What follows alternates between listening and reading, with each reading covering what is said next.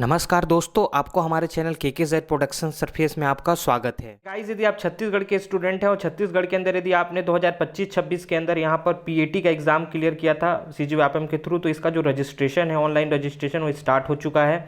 यहाँ पर भी आप देख सकते हो CG ऑनलाइन काउंसलिंग 2025-26। तो इसका जो रजिस्ट्रेशन प्रोसेस के रिगार्डिंग वीडियो मैं ऑलरेडी बना चुका हूँ, जिसमें मैंने A to Z step to step बताया कि किस तरीके से जो है आप यहाँ पर रजिस्ट्रेशन कंप्लीट करोगे। उसका वीडियो सेपरेट आपको एक लॉन्ग वीडियो मैंने अपलोड कर दिया है, तो आप वहाँ पर जाके अपना रजिस्ट्रेशन जो है देख सकते हो, साथ ही साथ उसका रजिस्ट्रेशन भी आप कर सकते हो। लेकिन आज जो मैं बात करूँगा, यहाँ पर बहुत सारी चीज़ें जो यहाँ पर देखने को मिली है, बहुत सारे फ्रेंड्स यहाँ पर जैसे कमेंट्स वगैरह आ रहे हैं, जिसमें बताया जा रहा है कि जो PAT का एग्ज़ाम है उसमें बहुत सारे लोगों का जो कैटेगरी, जो श्रेणी वगैरह है, चाहे वो कास्ट सर्टिफिकेट्स के रिगार्डिंग हो या फिर स्पेशल सर्टिफिकेट, जैसे कि फ्रीडम फाइटर हो गया, एक्स सर्विसमैन, डिसेबिलिटी वगैरह, माइनॉरिटी वगैरह, या फिर यहाँ पर नक्सल अफेक्टेड वगैरह रिगार्डिंग जितने भी सर्टिफिकेट के रिगार्डिंग बहुत सारे जो ऑनलाइन सेंटर वाले हैं वो कुछ गलत डॉक्यूमेंट्स वगैरह फिल कर दे रहे हैं, जिससे कि वहाँ पर जो है उनका काउंसलिंग में प्रोसेस में बहुत दिक्कत आ रहा है। क्योंकि जब आप ये सब डिटेल फिल कर देंगे फ्रेंड, और फिर फिल करने के बाद जब आपको कॉलेज मिल जाएगा, क्योंकि मेरिट लिस्ट इन्हीं के बेसिस पे बनेगी आपकी, ठीक है। और आप यदि भूल चूक से भी यदि आप इन सब कॉलम्स को राइट कर देते हैं, सेलेक्ट कर देते हैं, तो आपका जो मेरिट लिस्ट बनेगा इसी बेसिस पे बनेगा। और इसी बेसिस पे बनने के बाद जब आपकी मेरिट सूची आएगी, और मेरिट सूची आने के बाद फ्रेंड जब आपका डॉक्यूमेंट वेरिफिकेशन होगा, तो वहाँ पर जो है जैसे फर्स्ट मेरिट लिस्ट आएगी, उसके बाद डॉक्यूमेंट वेरिफिकेशन होगा, तो वहाँ पर जो है आपका जो आपको सीट अलॉट हुआ रहेगा वो आपका निरस्त कर दिया जाएगा, ठीक है। तो इसी के रिगार्डिंग जो है मैं पूरी यहाँ पर लॉन्ग वीडियो ज़रूर होगी ये, यहाँ पर पूरी शेड्यूल को मैं बताऊंगा कि किस तरीके से जो PAT का जो ऑनलाइन काउंसलिंग का जो शेड्यूल है वो आप किस तरीके से आप यहाँ पर जो भी डेट्स हैं, इंपॉर्टेंट डेट्स हैं, इनको आप ध्यान में रखेंगे। क्योंकि इसी डेट्स में आपको जाके अपनी जो प्रोसेस है, चाहे ऑनलाइन फॉर्म भरना है तब भी आपको इसी डेट्स के अंदर आपको ऑनलाइन फॉर्म भरना पड़ेगा, इसी डेट्स के अंदर आपको कॉलेज में जाना पड़ेगा और वहाँ से वेरिफिकेशन, डॉक्यूमेंट वेरिफिकेशन, फीस पे वगैरह करना पड़ेगा। तो ये सब चीज़ें ध्यान में रखिए। और यहाँ पर देखिए ऑनलाइन जो रजिस्ट्रेशन के रिगार्डिंग जो गाइडलाइन रहेगा वो भी बताऊंगा मैं, सब A to Z हम लोग यहाँ पर बात करेंगे। तो यहाँ पर यदि आप फर्स्ट टाइम हमारे चैनल पे विजिट किए होगे तो हमारे चैनल को जरूर सब्सक्राइब कर लीजिएगा। तो चलिए फ्रेंड, वीडियो को स्टार्ट कर। तो यहाँ पर हम लोग बात कर रहे थे फ्रेंड कि किस तरीके से जो है आप यहाँ पर जो है कि PAT काउंसलिंग शेड्यूलिंग को आप मैं अच्छी तरीके से बताऊंगा आपको। साथ ही साथ जो यहाँ पर जो ऑनलाइन रजिस्ट्रेशन के रिगार्डिंग जो गाइडलाइन है उसे भी बताऊंगा कि यहाँ पर जो किस तरीके से आपको जो है पूरा फॉर्म फिल करना है, क्या क्या चीज़ें आपको ध्यान में रखनी है, कितना इसका फीस लगेगा रजिस्ट्रेशन का, वो भी बताऊंगा। कौन कौन से डॉक्यूमेंट आपको इसमें अपलोड करने पड़ेंगे, और ऑनलाइन के रिलेटेड जब आप रजिस्ट्रेशन करने जाएंगे तो कौन कौन सी बातें आपको ध्यान में रखना है, ये भी बताऊंगा मैं। और PAT काउंसलिंग की जो गाइडलाइन रहेगी इसके रिगार्डिंग भी बताऊँगा, क्या क्या चीज़ें आपको ध्यान में रखना है, कौन कौन से कॉलेज की आपको सेलेक्ट करना है, साथ ही साथ उस कॉलेज का फीस वगैरह क्या रहेगा, किस तरीके से आपको डॉक्यूमेंट वेरीफाई करवाना है, किस तरीके से यदि आपको जब मेरिट लिस्ट में आपका आवंटन हो जाएगा लिस्ट में, तो किस तरीके से आपको जो है यहाँ पर फ्लोट कराना है, किस तरीके से आपको फ्रीज करना है, किस तरीके से आपको फीस पे करना है, किस तरीके से आपको जो है कि ऑनलाइन फीस पे करने के बाद अपना डॉक्यूमेंट वेरिफिकेशन कराना है, किस तरीके से आपको जो है डॉक्यूमेंट वेरिफिकेशन सर्टिफिकेट लेना है, किस तरीके से आपको प्रोविजनल एडमिशन सर्टिफिकेट आपको वहाँ पर लेना पड़ेगा। सब कुछ हम लोग A to Z यहाँ पर देखेंगे।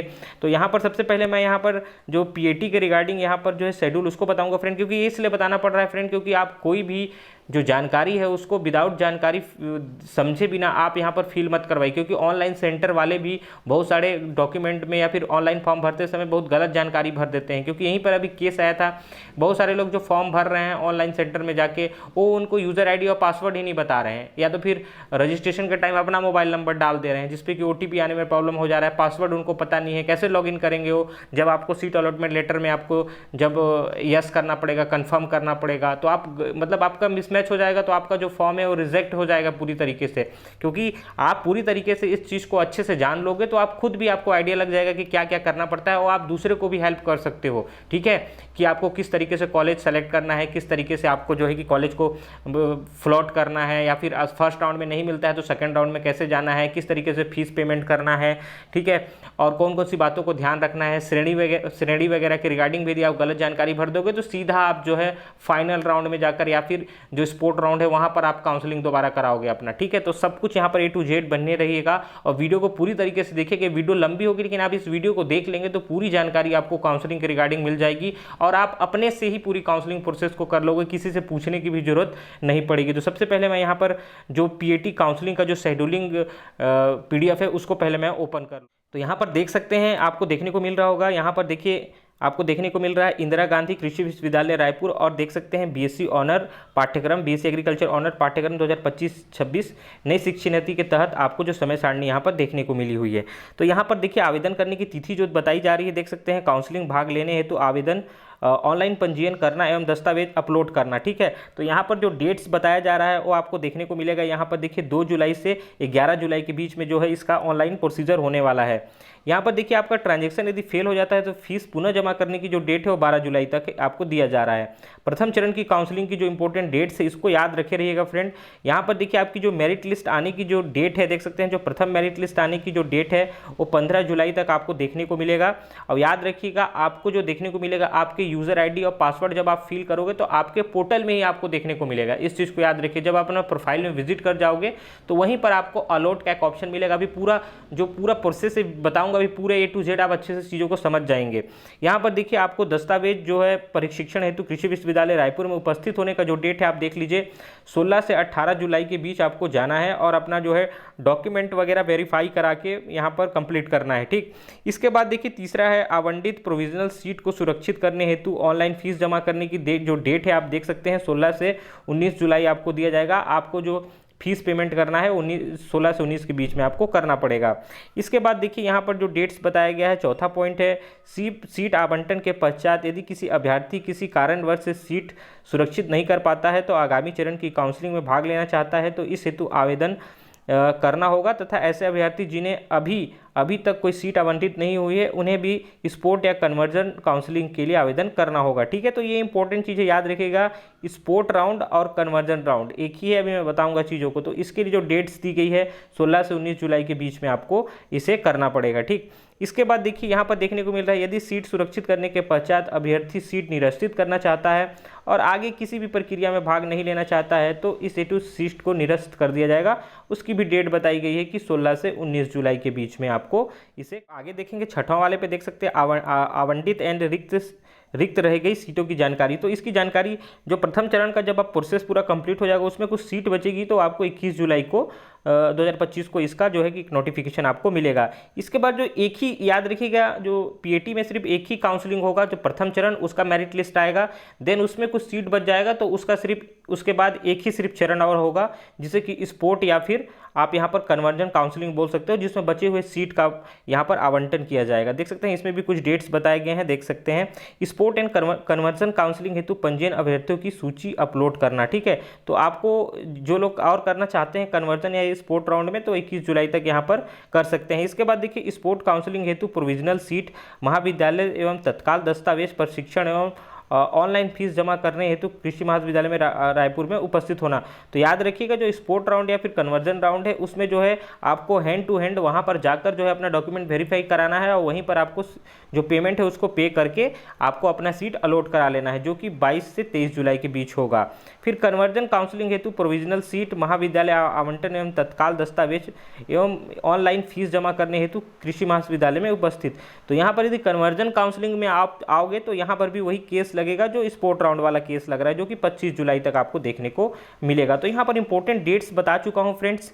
तो और भी चीज़ें यहाँ पर देखने वाले हैं हम लोग। अब यहाँ पर हम लोग देखेंगे कि जो ऑनलाइन काउंसलिंग के लिए जो गाइडलाइन होती है वो आप किस तरीके से करोगे, उसका जो PDF है, मैंने भी आपको ऊपर में 3 PDF दिखाए, तो इसमें से मैंने आपकी जो शेड्यूल वाली PDF थी उसको कंप्लीट आपको बता दिया। तो आप जो इंपॉर्टेंट डेट्स हैं इनको ध्यान में रखिएगा। अब हम लोग जो ऑनलाइन फॉर्म भरने के जो दिशा निर्देश होते हैं उसके बारे में हम लोग यहाँ पर, अब आप यहाँ पर देख सकते हो हम लोग यहाँ पर जो ऑनलाइन पंजीयन हेतु जो भी दिशा निर्देश है, दूसरा PDF है फ्रेंड, याद रखिएगा जो नोटिफिकेशन आपने देखा था उसके बारे में हम लोग A to Z करके पढ़ेंगे और देखेंगे इसमें क्या क्या चीज़ें बताई गई है। तो आप एक एक चीज़ें अच्छे से पढ़िए ताकि आपको पूरी चीज़ें क्लियर हो जाए।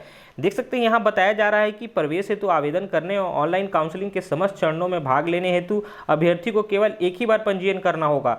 मतलब कि आपको जो है काउंसलिंग, जो इसका जो ऑनलाइन प्रोसीजर काउंसलिंग है उसको बार बार नहीं करना है, सिर्फ एक ही बार आपको अपना साइन अप करना पड़ेगा, वहाँ से आपको जो यूज़र आईडी और पासवर्ड मिलेगा बस एक ही बार बनाना है। ऐसा नहीं कि जब आपका काउंसलिंग ऑफ हो जाएगा तो फिर से आपको साइन अप करके फिर से एक नया यूज़र आईडी और पासवर्ड बनाना पड़ेगा, ऐसा नहीं है। आपको सिर्फ एक ही बार एक ही मोबाइल नंबर से साइन अप करना है, एक बार रजिस्ट्रेशन करना है, आपका यूज़र आईडी और पासवर्ड क्रिएट होगा, उसके बाद आपको कुछ नहीं करना है। चाहे आप दूसरे राउंड में जाइए चाहे तीसरे राउंड में जाइए, दोबारा साइन अप करने की जरूरत नहीं, यही बताया जा रहा है, देख सकते हैं यहाँ पर।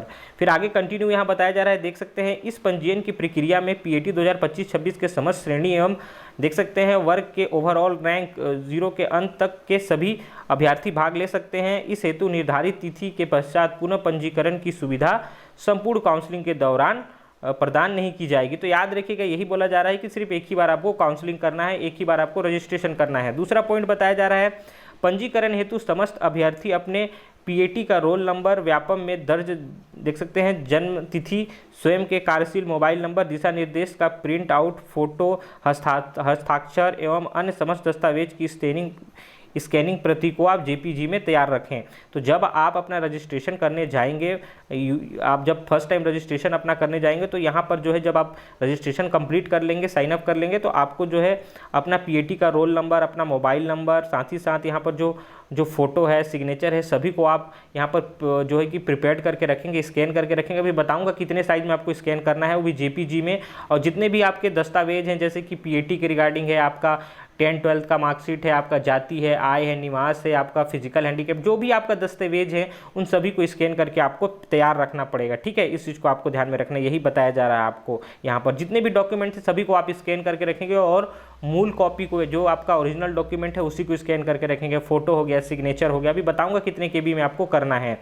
थर्ड देखिए, पंजीकरण आवेदन करने हेतु वेबसाइट www.igkb.ac.in पर जाएं तथा एडमिशन 2025-26 पर क्लिक करें। क्लिक करते ही यूजी एडमिशन दिखाई देगा, जिसे पुनः क्लिक करने पे जिसमें पीईटी और पीएटी दिखाई देगा आपको। तो आपको क्या करना पड़ेगा, आईजीकेबी के वेबसाइट में जाना है, वहाँ पर देखिए एडमिशन 2025-26 यूजी का मिलेगा, उसके ऊपर जैसे क्लिक करेंगे वहाँ पर पीटी का भी जो है आपको कोर्स देखने को मिल रहा होगा, आप देख सकते हो वहाँ पर जाके। ठीक है, फूड टेक्नोलॉजी वगैरह का, और यहाँ पर पीएटी का भी आपको देखने को मिलेगा। तो हम यहाँ पीएटी की बात कर रहे हैं, पीएटी का देखना होगा, फूड टेक्नोलॉजी वगैरह का तो उसका वीडियो ऑलरेडी बना चुके हैं। तो आपको यहाँ पर पीएटी वाले ऑप्शन पे जाके क्लिक करना पड़ेगा। ठीक है, यही चीज़ें वहाँ पर बताई जा रही है आईजीकेबी की वेबसाइट पे जाके। चौथा पॉइंट जो बताया जा रहा है, इस चीज़ को आप देखिए फ्रेंड, पीएटी को क्लिक करें, इसमें साइन अप पर क्लिक करें। साइन अप पेज पर अपना पीएटी का रोल नंबर और पीएटी में दर्ज की गई जन्म तिथि को डालेंगे। तो आप साइन अप करने जा रहे हो फर्स्ट टाइम वेबसाइट में, तो साइन अप पे क्लिक करोगे। उसके बाद उसमें क्या करेंगे, आप अपना पीएटी का रोल नंबर और अपना जो जन्म तिथि है पीएटी के एग्जाम में जो भी आपने दर्ज किया है उसको आप डालेंगे। इसके पश्चात पीएटी में दर्ज पूरा नाम, माता पिता का नाम, पीएटी में मेरिट रैंक दिखाई देगा। इसमें छात्र को लॉगिन संबंधित जानकारी एवं मोबाइल नंबर भरना होगा। तो जैसे ही आप पीएटी का रोल नंबर डालेंगे उसमें आपका पूरा डिटेल, लगभग डिटेल आ जाएगा, जैसे कि आपका नाम, आपके पिता का नाम, मदर नेम वगैरह सब कुछ दिखाई देने लग जाएगा। इसमें छात्रों को लॉगिन संबंधित जानकारियों में मोबाइल नंबर भरना होगा। तो आप अपना मोबाइल नंबर जरूर भरिएगा, क्योंकि इस पर ओटीपी आएगा, वेरीफाई होगा, और फर्दर यहाँ पर जो कम्युनिकेशन है उसके लिए भी मोबाइल नंबर आपको जरूरत पड़ने वाली है। छात्र वही मोबाइल नंबर पंजीकृत करें जिससे वह उपयोग करता है। अभ्यर्थी को अपना पासवर्ड भी डालना होगा। तो आप जो है अपना पासवर्ड वहाँ पर बना लेंगे, जो भी पासवर्ड 8 डिजिट का होता है, आप 8 डिजिट का अपना पासवर्ड बना लीजिए, जिसमें एक अपर लेटर, बाकी सब स्मॉल लेटर, एक स्पेशल कैरेक्टर और बाकी नंबर होना चाहिए। मतलब कि 8 डिजिट तक होना चाहिए, उससे ज़्यादा भी होगा तो चलेगा। ठीक है, इसके बाद देखिए यहाँ बता दिया गया है जिससे वो लॉगिन करना चाहता है। ठीक है, संपूर्ण जानकारी भरने के पश्चात गेट ओटीपी पे क्लिक करें। जैसे गेट ओटीपी पे क्लिक करेंगे, आपका जो मोबाइल नंबर आपने दिया है उस पर एक ओटीपी आएगा। आप क्या करोगे, उस दर्ज किए गए, देख सकते हैं यहाँ पर बताया गया है, दर्ज किए गए मोबाइल नंबर पे ओटीपी प्राप्त होगा। उसे भरने के पश्चात आपका पंजीयन नंबर दिखाई देने लग जाएगा। ठीक है, तो जब आप ओटीपी आएगा, ओटीपी आपके मोबाइल नंबर पे आएगा 6 डिजिट का, उसको जब आप फिल कर लोगे तो आपका मोबाइल नंबर जो है वेरीफाइड हो जाएगा, और साथ ही साथ आपके मोबाइल नंबर में आपकी पंजीयन नंबर और पासवर्ड भेज दी जाएगी। तो वहाँ पर भी स्क्रीन पे भी आपका जो पंजीयन रजिस्ट्रेशन नंबर है वो और आपका जो पासवर्ड है वो आपको वहाँ पर देखने को मिलेगा, और आपके मोबाइल में भी दोनों को यहाँ पर भेज दिया जाएगा, क्योंकि रजिस्ट्रेशन नंबर से आपका यूज़र नेम का काम करेगा और पासवर्ड से आप फिल करके यहाँ पर लॉगिन हो जाओगे। ठीक है, इसके पश्चात समस्त जानकारी आपको नीचे देखने को मिलेगी, केवल वेबसाइट पर ही दी जाएगी। मोबाइल नंबर पर प्रवेश काउंसलिंग संबंधित जानकारी प्रेषित नहीं की जाएगी। तो आपकी जो मेरिट लिस्ट वगैरह आएगी वो मोबाइल नंबर पे नहीं भेजी जाएगी, आपके जो ऑफिशियल वेबसाइट है आईजीकेबी पर ध्यान में रखनी है। इसके बाद देखिए 5वां चीज़ आपको बताया जा रहा है यहाँ पर, देखिए इसके पश्चात देख सकते हैं लॉगिन लिंक पे क्लिक करना होगा। तो आप जैसे आपका रजिस्ट्रेशन वाला जो फॉर्म है वो कंप्लीट हो जाएगा तो आप होम पेज पे आ जाओगे और वहाँ पर आपको देखने को मिलेगा, साइनअप का भी मिलेगा, लॉगिन का भी मिलेगा। तो आप लॉगिन वाले पे क्लिक करेंगे। देख सकते हैं इसके आगे बताया जा रहा है, लॉगिन करने हेतु भेजी गई पंजीयन नंबर एवं पासवर्ड का उपयोग करें। लॉगिन करते समय आपका आवेदन फॉर्म भरने का पेज खुलेगा। जैसे आप लॉगिन करोगे, आप अपना रजिस्ट्रेशन नंबर और पासवर्ड डालोगे, वैसे आप लॉगिन हो जाओगे और आपका प्रोफाइल दिखने लग जाएगा, आप अपने डैशबोर्ड पे चले जाओगे। ठीक है, तो यहाँ पर बताया जा रहा है कि लॉगिन करने के पश्चात आपका आवेदन फॉर्म आपको साइड में दिखने लग जाएगा, पेज खुल जाएगा। इस पेज में अभ्यर्थी को स्वयं अपनी संबंधित जानकारी भरनी होगी। तो वहाँ पर जो भी डिटेल पूछी जा रही है, चाहे आपकी पर्सनल डिटेल हो, चाहे आपकी कास्ट से रिलेटेड हो, चाहे आपकी स्पेशल जो सर्टिफिकेट्स होते हैं जैसे कि फिजिकल हैंडीकैप्स का हो गया, माइनॉरिटी का हो गया, एक्स सर्विसमैन का हो गया, या फिर फ्रीडम फाइटर, डिसेबिलिटी का, नक्सल अफेक्टेड का, आपका डोमिसाइल सर्टिफिकेट के रिगार्डिंग आपका पर्सनल डिटेल, सब कुछ वहाँ पर पूछा जाएगा। तो जितनी चीज़ें आपको पूछी जा रही है वो आपको भरना पड़ेगा। साथ ही साथ आपके फादर वगैरह का नाम तो ऑलरेडी आपके पीएटी के रैंक से ही आ जाएगा वहाँ पर। ठीक है, तो इसमें कुछ बताई जा रही है जन्म तिथि वगैरह, तो याद रखिएगा फ्रेंड, इसमें याद रखिएगा कुछ चीज़ें यहाँ बताई जा रही है। आवेदक का नाम, पिता का नाम, जन्मतिथि श्रेणी में परिवर्तन नहीं किया जा सकेगा। तो आपने एक बार भी यदि फॉर्म को यहाँ पर सबमिट कर दिया फ्रेंड, तो याद रखिएगा आप कैटेगरी वगैरह, डेट ऑफ बर्थ वगैरह में आप परिवर्तन नहीं कर पाएंगे, याद रखिएगा। ठीक है, इस चीज़ को याद रखिएगा क्योंकि इसी में बहुत सारे लोग गड़बड़ कर रहे हैं। तो देख के ही आप अपने फॉर्म को फिल करिएगा। इसमें क्या लिखा गया है, अन्य जानकारी भरकर सेव करें और नेक्स्ट पर क्लिक करें। तो आप जब इन सब डिटेल को फिल कर लेंगे, इसके बाद सेव करके नेक्स्ट वाले बटन पर क्लिक कर लेंगे। इसका पूरा मैंने ऑनलाइन फॉर्म भर के आपको बताया है, तो उस वीडियो को देख लीजिएगा। लंबी वीडियो है, 30 से 35 मिनट की पूरी वीडियोस मैंने बताई हुई है, लेकिन दिशा निर्देश मुझे PDF के माध्यम से बताना पड़ रहा है क्योंकि बहुत सारे लोग गलती कर दे रहे हैं, क्योंकि वो मतलब काउंसलिंग ही नहीं करने आ रहा है, उनको कुछ भी करवा ले रहे हैं ऑनलाइन वालों से, और फिर उनको बाद में फंसना पड़ जा रहा है। चीज़ें वो एग्जैक्ट कर ही नहीं पा रहे हैं चीज़ों को, और बाद में उनका जो है बहुत सारे को कैंसिल भी हो जाएगा ऐसे में। ठीक है, तो आप इस चीज़ को अच्छे से, दिशा निर्देश को अच्छे से पढ़िए। इसके बाद देखिए फ्रेंड, ये वीडियो लंबी होगी लेकिन आपके लिए काफ़ी इंपॉर्टेंट वीडियो होने वाली है, तो इस चीज़ को याद रखिएगा। यहाँ पर देखिए बताया जा रहा है 6वें नंबर पे स्वयं से संबंधित शैक्षणिक जानकारी भरने का पेज खुलेगा। तो वहाँ पर जो है आपको एकेडमिक डिटेल फिल करने वाला भी पेज खुलेगा। देख सकते हैं बताया गया है, जिसमें कि स्कैनिंग फोटो। तो अब आपको यहाँ पर आपके पास पासपोर्ट साइज फोटो होना चाहिए, मैंने बताया था, जो कि 50 KB से कम होना चाहिए। इसके बाद आपका सिग्नेचर होना चाहिए, वो 20 KB से कम होना चाहिए, को अपलोड करना है।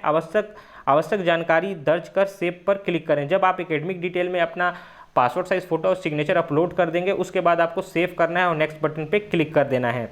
अब यहाँ पर देखने को मिल रहा होगा, देखिए 7वां पॉइंट है, विश्वविद्यालय के अंतर्गत संचालित शासकीय और निजी कृषि महाविद्यालयों की सूची दिखाई देगी।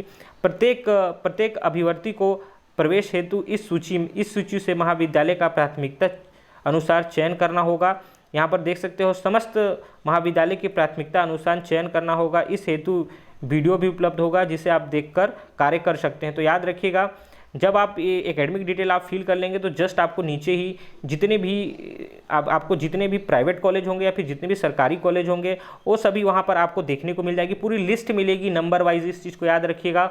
और इसको मैं अच्छे से बता देता हूँ फ्रेंड, इसमें याद रखिएगा, इसमें जो है कि आपको दोनों कॉलेज देखने को मिलेगी, प्राइवेट कॉलेज भी मिलेगी और गवर्नमेंट कॉलेज भी मिलेगी। इसमें एक ऑप्शन मिलेगा आपको रेशियो बटन में, यदि आपने निजी गवर्नमेंट वाला यदि सिर्फ सेलेक्ट कर दिया तो आपको गवर्नमेंट कॉलेज ही दिखेगा, और यदि आपने सेकंड वाला सेलेक्ट कर दिया तो उसमें गवर्नमेंट और प्राइवेट कॉलेज दोनों नंबर वाइज दिखेंगे। बहुत सारे कॉलेजेस होंगे, तो आपको जो भी कॉलेजेस चाहिए, क्योंकि बहुत सारे लोगों की जो पसंद होती है वो गवर्नमेंट कॉलेज ही होती है, फीस वाइज भी।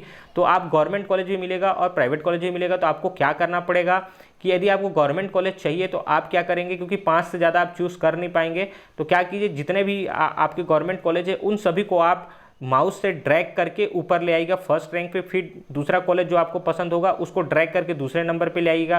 फिर तीसरा कॉलेज पसंद है तो ड्रैग करके तीसरे नंबर पे ले आएगा। फिर ड्रैग करके चौथे नंबर पे ले आएगा। वो वीडियोज़ में मैंने पूरी बताई है, तो आप वहाँ पर जाके उस चीज़ को आप देख सकते हो। ठीक है, अब जब आपका यहाँ पर जो कंप्लीट हो जाएगा, 5 से 6-7 कॉलेज आप फिल कर लोगे, उसके बाद जो नीचे कॉलेज हैं वो ऑलरेडी उसी आपको क्रम पे आपको देखने को मिलेंगे। अभी और आगे और भी चीज़ों को यहाँ पर मैं बताऊँगा, तो आप देखते चलिए।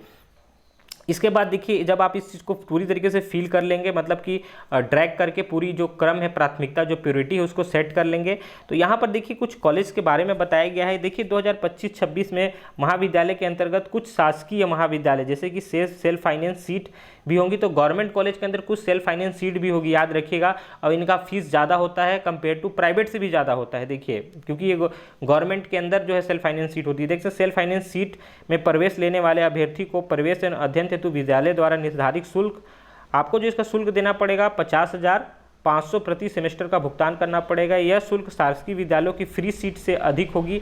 तो जो इसमें गवर्नमेंट सीट होगा वो तो काफ़ी सस्ता रहेगा, लेकिन सेल्फ फाइनेंस वाली सीट बहुत महंगी रहेगी, आपको पर सेमेस्टर 50,500 देना पड़ेगा। देख सकते हैं, आपको देखने को मिल रहा होगा यहाँ सेल्फ फाइनेंस की सीट किसी श्रेणी में रिक्त रह जाने की स्थिति में उन सीटों का अन्य श्रेणी में परिवर्तन नहीं होगा। ठीक है, यदि रिक्त हो जाता है तो वो कैंसिल ही हो जाएगा, लेकिन उसको अन्य श्रेणी में चेंज नहीं किया जाएगा। अभ्यर्थी ध्यान रखें कि महाविद्यालय द्वारा हेतु सर्वप्रथम इस बात का चयन करना होगा कि वह विद्यालय के अंतर्गत संचालित शासकीय एवं निजी कृषि विश्वविद्यालयों में केवल फ्री सीट पर प्रवेश लेना चाहता है। ठीक है, इस चीज़ को याद रखना है। इसके बाद और चीज़ें बताई गई है, यह शासकीय एवं निजी कृषि विश्वविद्यालय की सीट के साथ साथ शासकीय विश्वविद्यालय की सेल्फ फाइनेंस सीट भी प्रवेश लेना चाहता है। अभ्यर्थी द्वारा अंतिम रूप से चयन किए गए इस ऑप्शन का काउंसलिंग प्रक्रिया के दौरान किसी प्रकार का परिवर्तन नहीं किया जाएगा। तो यदि आपको जो फ्री सीट चाहिए, जो गवर्नमेंट के अंदर सीट रहती है, यदि वही चाहिए क्योंकि उनका फीस नहीं होता है, और सेल्फ फाइनेंस वाला यदि आप सीट लेंगे तो उसमें जो है कि आपको प्रति सेमेस्टर कॉस्ट लगेगा। इस चीज़ को याद रखिएगा। ठीक है, इसके बाद देखिए और भी कुछ चीज़ें बताई गई हैं। अभी जो सीट अभी मैंने बता रहा था, 8वां पॉइंट देखेंगे, देख सकते हैं, चयन हेतु संबंधित महाविद्यालय को ड्रैग कर अपनी प्राथमिकता अनुसार ऊपर नीचे सूचीबद्ध किया जा सकता है।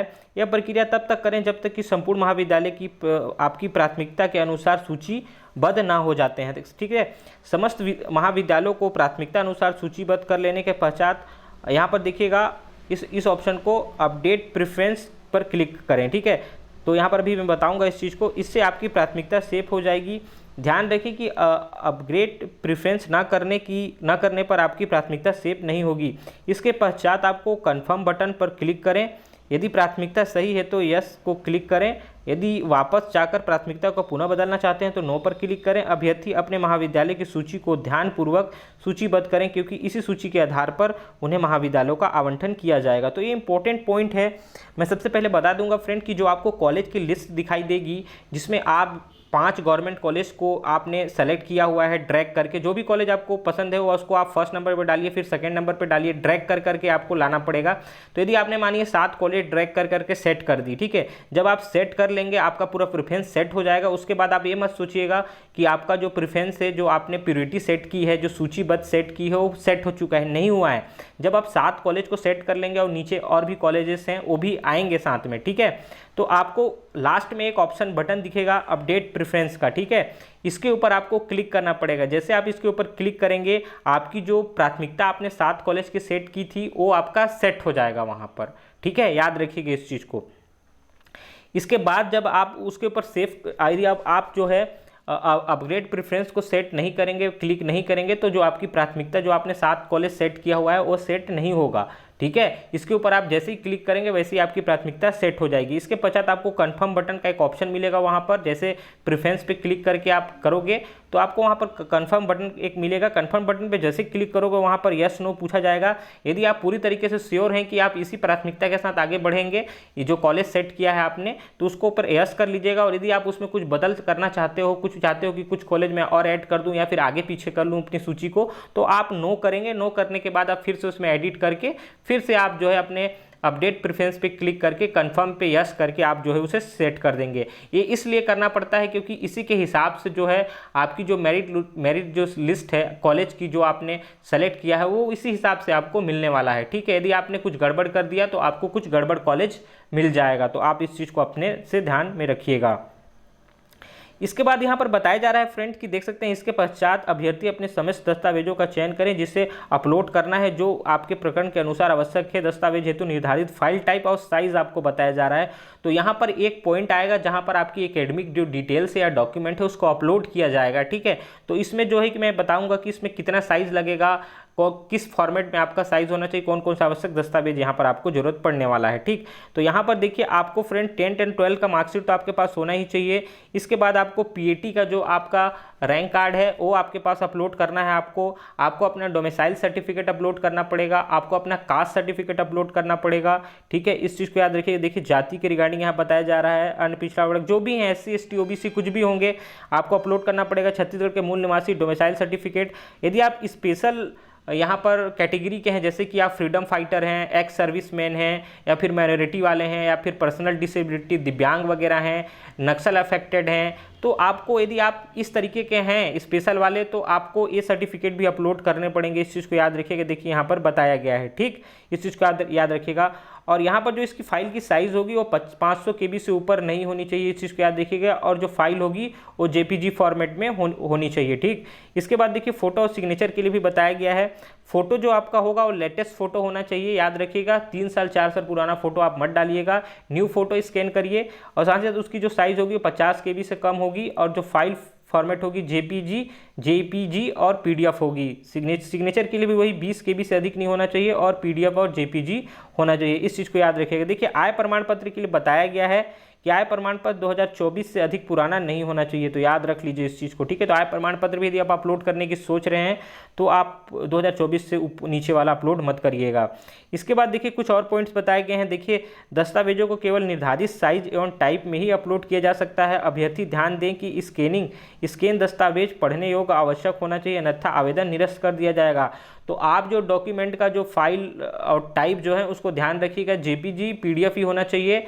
और यहाँ पर जो है कि याद रखिएगा इसी फाइल के साइज़ के हिसाब से आप जो 500 KB 50 KB या 20 KB में बताया गया है, इसी फाइल के साइज़ जो है इसी में अपलोड होगा। और आप जो स्कैनिंग करेंगे कोई भी दस्तावेज तो याद रखिएगा फ्रेंड्स, उनको जो है कि थोड़ा देख के फील करिए, क्योंकि 500 KB में भी कभी कभी स्कैन करने पे बहुत सारा जो डॉक्यूमेंट है उसकी क्वालिटी जो है अच्छी नहीं आती है। तो याद रखिएगा कंप्यूटर में यदि आप स्कैन कर रहे हो तो एक ऑप्शन होता है DPI का, तो DPI ठीक ठाक रखिएगा, एटलीस्ट कम से कम नहीं तो 600 DPI रखिएगा। 300 DPI 600 DPI से नीचे मत रखिएगा, अदरवाइज आपकी फाइल तो बन जाएगी लेकिन जो उसकी जो इमेज क्वालिटी है फट जाती है। ठीक है, तो वो आपकी ख़राब हो जाएगी। तो DPI पे फोकस करिएगा, वही चीज़ें बताई जा रही है। यदि वो रीडेबल नहीं होगा, यदि वो पढ़ने लायक नहीं होगा तो आपका फॉर्म रिजेक्ट किया जाएगा, यहाँ बताया गया है। तो इस चीज़ को आपको ध्यान में रखना है। मैं इसीलिए बोल रहा हूँ कि आपको जो इंस्ट्रक्शन है वो सब चीज़ों को अच्छे से पढ़नी है। ऐसा नहीं कि आप सिर्फ फॉर्म भर ले रहे हो तो उससे आपका काम हो जाएगा। आप अच्छे से इन सभी सब डिटेल्स को अच्छे से देखिए और हमारे चैनल को जरूर सब्सक्राइब करिए। ठीक है, इसके बाद देखिए अभ्यर्थी के द्वारा आवेदन फॉर्म में जिस वर्ग श्रेणी देख सकते हैं OBC SC ST PH नक्सल अफेक्टेड देख सकते हैं, ट्रिबल SC ST फीमेल कृषक फ्रीडम फाइटर एक्स सर्विसमैन को भरा है तो वही वर्ग श्रेणी काउंसलिंग के सभी चरणों में मान्य होगी। इसमें किसी भी प्रकार का सुधार पंजीयन देख सकते हैं पंजीयन तिथि समाप्त होने के पश्चात नहीं किया जाएगा। तो ये बहुत इंपॉर्टेंट है, इस चीज़ को याद रखिए। यदि आपने एक बार भी रजिस्ट्रेशन के टाइम यदि आपने जो भी श्रेणी है वर्ग या श्रेणी SC ST OBC आपने फ्रीडम फाइटर वगैरह ये सब चीज़ें आपने सेलेक्ट कर दिया तो आपकी जो पूरी काउंसलिंग के दौरान सभी चरणों में यही चीज़ रहेगी। याद रखिए, इसको आप बदल नहीं सकते, ना ही इसमें सुधार नहीं कर सकते हो, याद रखिएगा। तो इस जानकारी को गलत भरने की कोशिश मत करना। और यहाँ पर फ्रेंड अच्छे से देख के फील करिएगा पूरी चीज़ों को मिलाकर, तो क्योंकि ये आपका जो है एडिटेबल नहीं है, एडिट नहीं किया जाएगा। और पूरे काउंसलिंग के जितने भी चरण चलेंगे, चाहे स्पोर्ट चाहे कन्वर्जन, सभी में यही श्रेणी या वर्ग काम आने वाले हैं। इस चीज़ को याद रखिएगा। यदि आप इसको गलत करेंगे तो अभी आगे मैं बताऊंगा क्या इसका प्रॉब्लम होने वाला है। ठीक है, इसके बाद देखिए 12वां नंबर आपको देखने को मिल रहा होगा। देखिए दस्तावेज अपलोड होने के पश्चात सेव करें और नेक्स्ट को क्लिक करें। ऐसा करने के पश्चात पूरा फॉर्म कंप्यूटर स्क्रीन पर दिखाई देगा।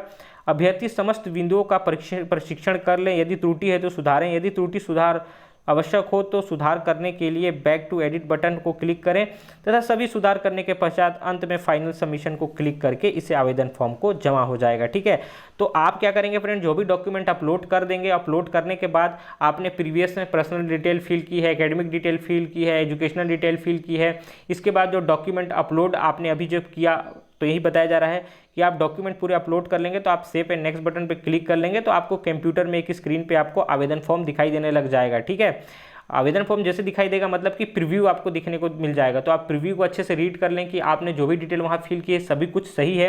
यदि आप पूरी तरीके से यदि श्योर हो कि यदि सही है या फिर यदि आपने कुछ गलत कर दिया है तो आप क्या करोगे, यहाँ पर ऑप्शन दिख रहा है बैक टू, नीचे आपको बटन मिलेगा बैक टू एडिट बटन, उसके ऊपर क्लिक करके आप जाके उसे फिर से सुधार सकते हो। सुधारने के बाद आप जो है उसको कंटिन्यू कर सकते हो। यदि आप प्रीव्यू देखने से आपको समझ में आ गया कि आपकी पूरी डिटेल सही है तो आप सिंपली तरीके से उसके ऊपर यस करके फाइनल सबमिट पे क्लिक कर दोगे तो आपका फॉर्म फाइनली सबमिट हो जाएगा। ठीक है, इस चीज़ को आपको ध्यान में रखना है।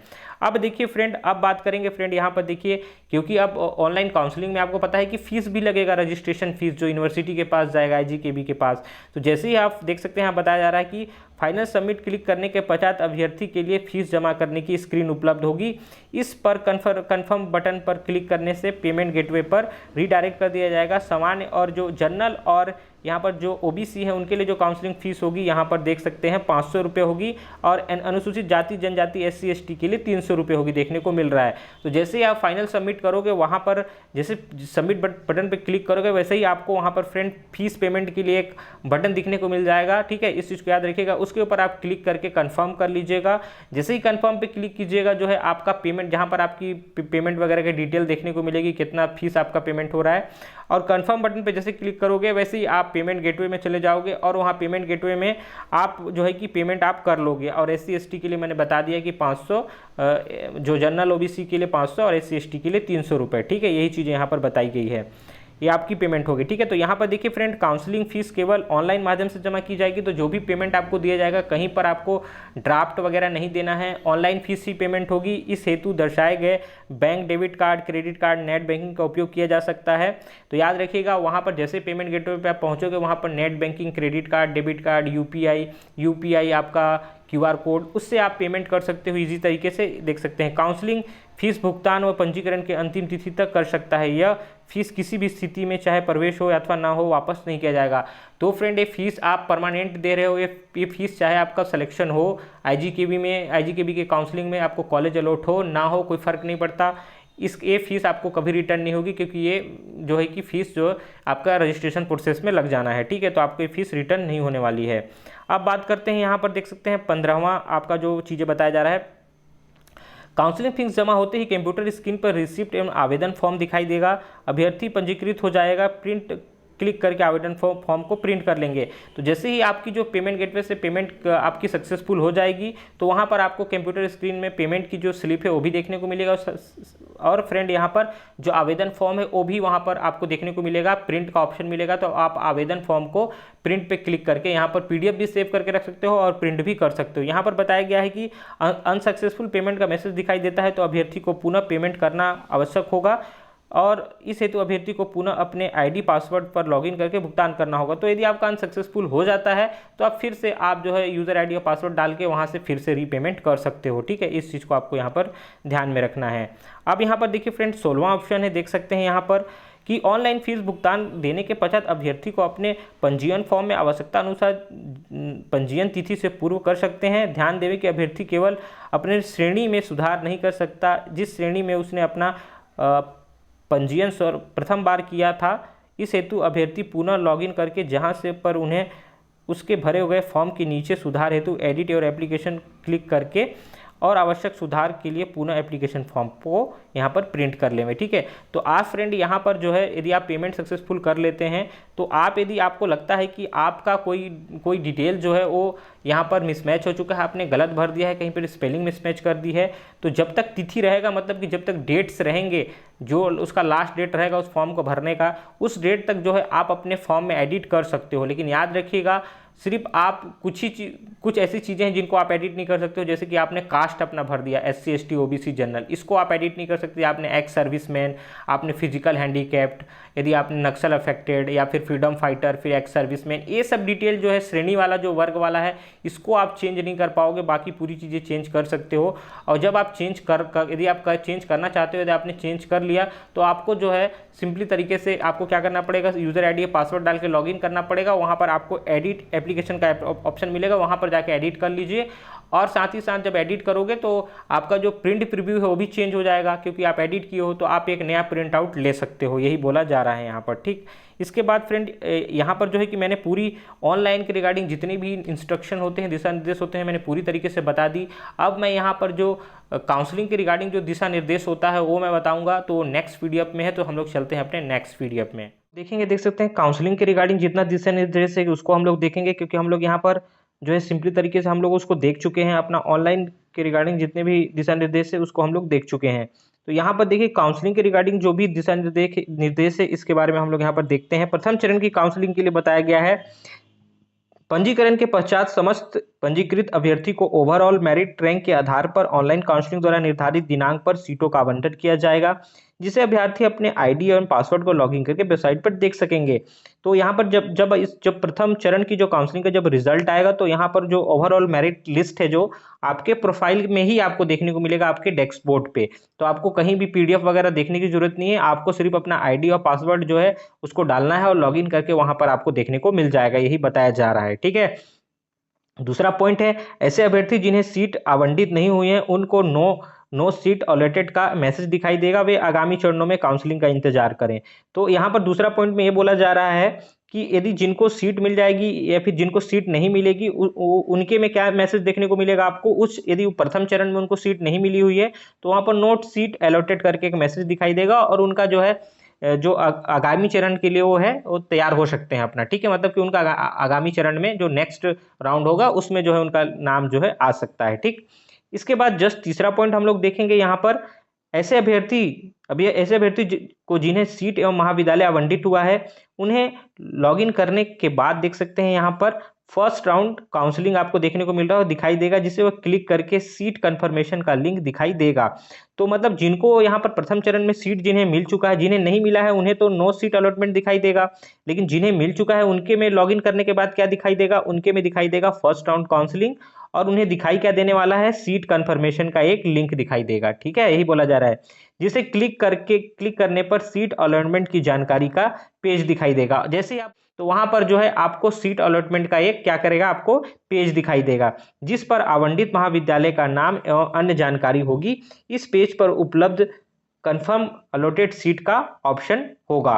तो वहां पर जैसे ही आप सीट अलॉटमेंट वाले ऑप्शन पे क्लिक करोगे तो वहां पर देखिए आपको जो भी कॉलेज मिला होगा उसका नाम और जानकारी वगैरह होगा, राउंड वगैरह की डिटेल, और वह उस पेज पर एक आपको उपलब्ध मिलेगा सीट, देख सकते हैं कंफर्म अलॉटेड सीट का एक ऑप्शन होगा। ठीक, इस चीज को आपको ध्यान में रखना है। फिर इसको हम लोग देखेंगे, यहाँ पर देखते जाइए, यहाँ पर देखिए, यहाँ पर बताया गया है कि यदि अभ्यर्थी आवंटित महाविद्यालय में प्रवेश लेना चाहता है तो उसे कंफर्म अलॉटेड ऑप्शन को क्लिक करना होगा। क्लिक करने पर एक प्रोविजनल सीट अलॉट जो सीट कंफर्मेशन लेटर का प्रिंट आउट लेना होगा। प्रोविजनल सीट कंफर्मेशन लेटर में अभ्यर्थी को मूल दस्तावेज के साथ दस्तावेज सत्यापन हेतु उपस्थित होने के दिनांक एवं स्थान की सूची दी जाएगी। दस्तावेज सत्यापन की तिथि एवं समस्त मूल दस्तावेज लेकर वहां आना होगा। तो देखिए फ्रेंड, यदि आपको आपके प्योरिटी की कॉलेज मिल चुकी है, जो आपने कॉलेज फर्स्ट प्योरिटी पे रखा था, यदि वो कॉलेज आपको यदि मिल चुकी है तो वहां पर एक आपको ऑप्शन देखने को मिलेगा, क्योंकि उसमें आपका राउंड में तो आ चुका है आपको, तो वहां पर आपको देखने को मिलेगा कंफर्म अलॉटेड ऑप्शन। तो आप जैसे ही इस ऑप्शन को ऊपर क्लिक करेंगे तो क्लिक करने पर आपको प्रोविजनल सीट कंफर्मेशन लेटर आपको देखने को मिलेगा। तो आप क्या करेंगे, उसे प्रिंट आउट ले लीजिएगा यदि आपके पसंद का कॉलेज मिल गया है और आप नेक्स्ट राउंड में नहीं जाना चाहते हो, यहीं से कंफर्म करना चाहते हो, तो आप अपना जो प्रोविजनल सीट कंफर्मेशन लेटर आप क्या करेंगे, प्रिंट आउट ले लेंगे। ठीक है, प्रिंट आउट लेने के बाद आपके जितने भी मूल आवश्यक दस्तावेज हैं जो आप रजिस्ट्रेशन करने टाइम फिल किए हुए थे, अभी मैंने बताया कि 10-12 का मार्कशीट, आपके category wise domicile certificate, PAT का मार्क्स, आपके स्थानांतरण प्रमाण पत्र, आपका जाति प्रमाण पत्र, आपका कैरेक्टर सर्टिफिकेट, यदि आपका कोई स्पेशल सर्टिफिकेट है जैसे कि आपका हैंडीकैप सर्टिफिकेट है, नक्सल अफेक्टेड सर्टिफिकेट है, या फिर और भी जितने फिजिकल हैंडीकैप्ड है, या फिर एक्स सर्विसमैन के रिगार्डिंग जितने भी सर्टिफिकेट है, आप सभी जितने भी डॉक्यूमेंट है उसका सब मूल कॉपी लेकर आपको जो है कॉलेज के अंदर जाना पड़ेगा आईजीकेवी के अंदर। ठीक है, अपना डॉक्यूमेंट वेरिफिकेशन करवाने के लिए, यही यहाँ बताया जा रहा है। ठीक, इसके बाद जस्ट नीचे आ जाओगे, यहाँ पर बताया गया है चौथे पॉइंट पे, सीट आवंटन के पश्चात निर्धारित समय पर सीट कंफर्मेशन ऑप्शन का चयन, दस्तावेज सत्यापन एवं फीस का भुगतान नहीं करने की दशा में अभ्यर्थी को आवंटित सीट निरस्त कर दी जाएगी। इस संबंध में किसी भी प्रकार का पत्राचार मान्य नहीं होगा। मतलब कि यहाँ पर फ्रेंड ये बताया जा रहा है कि जो जो यहाँ पर जो निर्धारित तिथि दिया जा रहा है या समय दिया जा रहा है, कन्फर्मेशन ऑप्शन का चयन, दस्तावेज सत्यापन एवं फीस का भुगतान नहीं करने पर अभ्यर्थी का जो सीट जिसको फर्स्ट मेरिट लिस्ट में जिनको सीट मिला हुआ है, उनका जो मेरिट लिस्ट है उसको निरस्त कर दिया जाएगा। तो क्या होगा, यदि जो तिथि दी गई रहेगी उसमें यदि आप नहीं जाएंगे और नहीं जाने के बाद यदि आप अपने डॉक्यूमेंट को वेरीफाई नहीं करवाएंगे, ना ही फीस का भुगतान करेंगे, तो आपकी जो सीट है उसको आपको निरस्त कर दिया जाएगा। यही बताया जा रहा है यहाँ पर। ठीक है, यहाँ पर देखिए, सीट निरस्त हो जाने के पश्चात यदि अभ्यर्थी काउंसलिंग के आगामी चरण में भाग लेना चाहता है तो उसे आगामी काउंसलिंग के लिए निर्धारित समय के मध्य आगामी काउंसलिंग से पूर्व ऑनलाइन अप्लाई करना होगा। इसके लिए अभ्यर्थी को अपने यूजर आईडी और पासवर्ड पर लॉगिन करना होगा। लॉगिन करने के पश्चात apply for sport round counselling के लिंक को क्लिक करके सबमिट बटन को क्लिक करना होगा। तो यदि आप ये सब चीज़ें करते हैं और यदि आपका जो जो मेरिट लिस्ट आया हुआ है यदि आपको निरस्त कर दिया जाता है, यदि आप डॉक्यूमेंट वेरीफाई वगैरह नहीं करवाते हैं, आप फिजिकल वहाँ पर नहीं जाते हैं, फिजिकल डॉक्यूमेंट वगैरह वेरीफाई नहीं करवाएंगे, फीस भुगतान नहीं करेंगे, तो आपका जो जो काउंसलिंग है उसको निरस्त कर दिया जाएगा, मतलब कि सीट को निरस्त कर दिया जाएगा। और यदि आप दोबारा चाहते हो कि आप इस चरण में भाग लेना चाहते हो तो इसके लिए आपको क्या करना पड़ेगा, अपना यूजर आईडी में लॉगिन करना पड़ेगा। और लॉगिन करने के बाद वहां पर एक ऑप्शन मिलेगा अप्लाई करने का, तो अप्लाई करके आप सिंपली तरीके से यहाँ पर apply for sport round counselling को क्लिक करके सबमिट बटन को क्लिक करना होगा। ठीक है, और याद रखिएगा, यदि आप एक बार यदि आपने निरस्त कर दिया गया तो आप जो है सीधा स्पोर्ट राउंड में ही काउंसलिंग कर सकते हो। इस चीज को आपको ध्यान में रखिएगा, निरस्त वाले जितने हैं वो सभी स्पोर्ट राउंड में ही काउंसलिंग देंगे, क्योंकि यहाँ पर प्रथम चरण के बाद द्वितीय चरण नहीं होगा, सीधा सीधा स्पोर्ट राउंड और कन्वर्जन राउंड होगा। इस चीज को आपको ध्यान में रखना है। अब देखते हैं नीचे, छठवां ऑप्शन है दस्तावेज सत्यापन, डॉक्यूमेंट वेरिफिकेशन। ऐसे अभ्यर्थी जिन्हें सीट एवं महाविद्यालय का आवंटित हुआ है और जिन्हें सीट कंफर्मेशन कर कंफर्म लेटर निकाल लिया है, उन सभी अभ्यर्थी को निर्धारित समय, तिथि एवं स्थान पर समस्त दस्तावेजों की मूल प्रति के साथ उपस्थित होना है। अभ्यर्थी के द्वारा फॉर्म में जिस भी वर्ग श्रेणी, SC ST OBC, फिर आपका नक्सल अफेक्टेड, या फिर यहाँ पर सिंपली तरीके से फ्रीडम फाइटर, एक्स सर्विसमैन, जो भी आपने वहाँ पर भरा है जरूरत के हिसाब से, वही वर्ग श्रेणी काउंसलिंग के सभी चरणों के लिए मान्य होगी। अभ्यर्थी के दस्तावेज का सत्यापन निम्न बिंदु A और B के आधार पर किया जाएगा। तो फ्रेंड, जिनको भी यहाँ पर कॉलेज अलॉट हो गया है उनके हिसाब से, उनकी श्रेणी के हिसाब से या फिर उनके प्योरिटी के हिसाब से जिनको कॉलेज मिल चुका है, और कॉलेज मिलने के बाद यदि फर्स्ट राउंड काउंसलिंग वाले ऑप्शन पे क्लिक करके वहाँ पर आपने कन्फर्मेशन लेटर आपने निकाल लिया है, प्रोविजनल कन्फर्मेशन लेटर आपने निकाल लिया होगा, तो फ्रेंड अब आपको क्या करना पड़ेगा, अब आपको जाना है कहाँ पर, अब आपको कॉलेज में जाना पड़ेगा। जो भी तिथि और जो भी दिनांक वगैरह बताया गया है, तो IGKB के रायपुर में ही होगा ये, तो जो भी डेट बताए गए हैं उन डेट्स को आपको अपने पूरे मूल कॉपी के साथ जाना है, जितने भी ओरिजिनल डॉक्यूमेंट्स है उसके साथ, और सभी के दो दो सेट के फोटो कॉपी करवा लीजिएगा आप, और उसमें जो है सेल्फ अटेस्टेड साइन करवा लीजिएगा फोटो कॉपी में। और जितने भी आपके ओरिजिनल डॉक्यूमेंट है, जैसे कि कास्ट सर्टिफिकेट है, 10th-12th के मार्कशीट है, या फिर आपने एक्स सर्विसमैन, फ्रीडम फाइटर वगैरह, TC CC सर्टिफिकेट वगैरह है, आधार कार्ड है, पूरे document, domicile certificate, caste certificate, सभी को आपका ओरिजिनल कॉपी को भी आपको लेकर वहां पर जाना पड़ेगा। ठीक है, पहला तो चीज आपके श्रेणी का वेरिफिकेशन होगा। यहाँ पर देखिए जो बताया गया है, जो आपके कास्ट सर्टिफिकेट, जो श्रेणी आपने फिल की हुई है ना, उन सभी को पहले वेरीफाई किया जाएगा। बिंदु A है, क्योंकि याद रखिएगा इस चीज को। ठीक है, और यहाँ पर देखिए फ्रेंड बताया गया है, देखिए बिंदु A में कौन कौन से डॉक्यूमेंट आएंगे, यहाँ पर देख लीजिए आप। निम्न दस्तावेज अनिवार्य, जिसकी अनुपस्थिति में अभ्यर्थी के आवंटित सीट निरस्त कर दी जाएगी।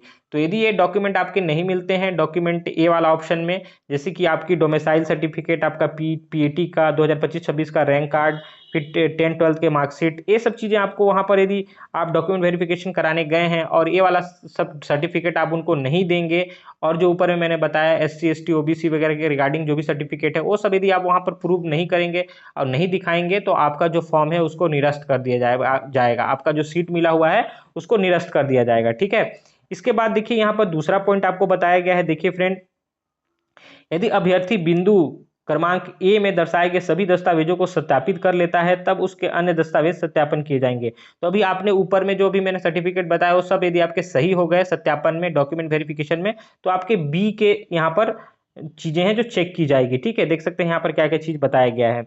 यदि अभ्यर्थी को जिन दस्तावेजों के आधार पर सीट आवंटित की गई है उसे प्रस्तुत नहीं कर पाता है या उसमें कोई त्रुटि पाई जाती है तो अभ्यर्थी को आवंटित सीट निरस्त कर दी जाएगी और उनके वर्ग एवं श्रेणी को निम्नानुसार परिवर्तित कर दिया जाएगा। तो यहाँ पर जो बी वाला कॉलम है, याद रखिएगा, जो बी वाला सेक्शन है वो आपका कौन सा है आपको मैं बता देता हूँ। उसमें जो है कि आपका कास्ट सर्टिफिकेट आएगा, आपका फ्रीडम फाइटर, फिजिकल हैंडीकैप, नक्सल अफेक्टेड वाला, ठीक है, ये सब डॉक्यूमेंट आएंगे, एक्स सर्विसमैन वाला।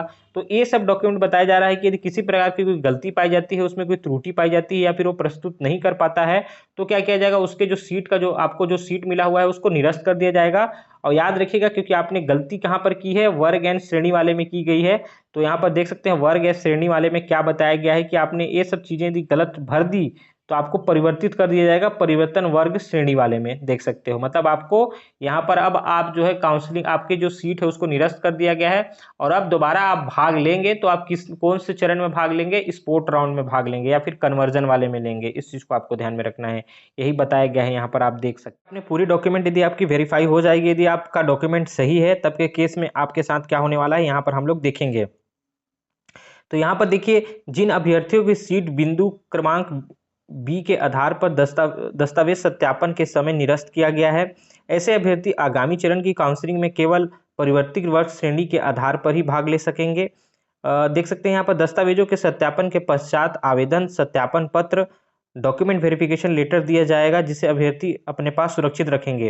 तो यहाँ पर जो बी का जो जो श्रेणी था, यहाँ पर जो बी के अंदर जो भी जो सर्टिफिकेट या डॉक्यूमेंट थे, यदि उसमें किसी प्रकार का कोई त्रुटि पाया जाएगा तो उसे निरस्त कर दिया जाएगा और ऐसे अभ्यर्थी किसमें काउंसलिंग ले पाएंगे, जो परिवर्तित सूची जो कन्वर्जन वर्ग वाला जो श्रेणी है उसी में जो है आप जो है उसी राउंड में आप जो है अपना यहाँ पर अप्लाई करोगे, ठीक है। और जिनके दस्तावेज का सत्यापन हो चुका है, जिनके ए और बी दोनों जो श्रेणी है, ए और बी जो कॉलम बिंदु बताया गया था, यदि डॉक्यूमेंट उनके पूरी तरीके से ए और बी दोनों सही हैं तो उनको जो है यहाँ पर डॉक्यूमेंट वेरिफिकेशन लेटर दे दिया जाएगा, ठीक है। और वो आप उसको अपने पास सुरक्षित रखेंगे। ए उनके लिए है जिनके कंफर्मेशन लेटर आ चुके थे, वो डॉक्यूमेंट गए कॉलेज के अंदर आए, कॉलेज में जाने के बाद यहाँ डॉक्यूमेंट वेरीफाई करवा लीजिए, वेरीफाई करवा लिए और वहाँ पर जो दोनों बिंदु जो है ए और बी सही पाया गया तो उनको जो है यहाँ पर डॉक्यूमेंट वेरिफिकेशन लेटर दे दिया जाएगा जिसको कि वो अपने पास यहाँ पर सुरक्षित रख सकते हैं, ठीक है।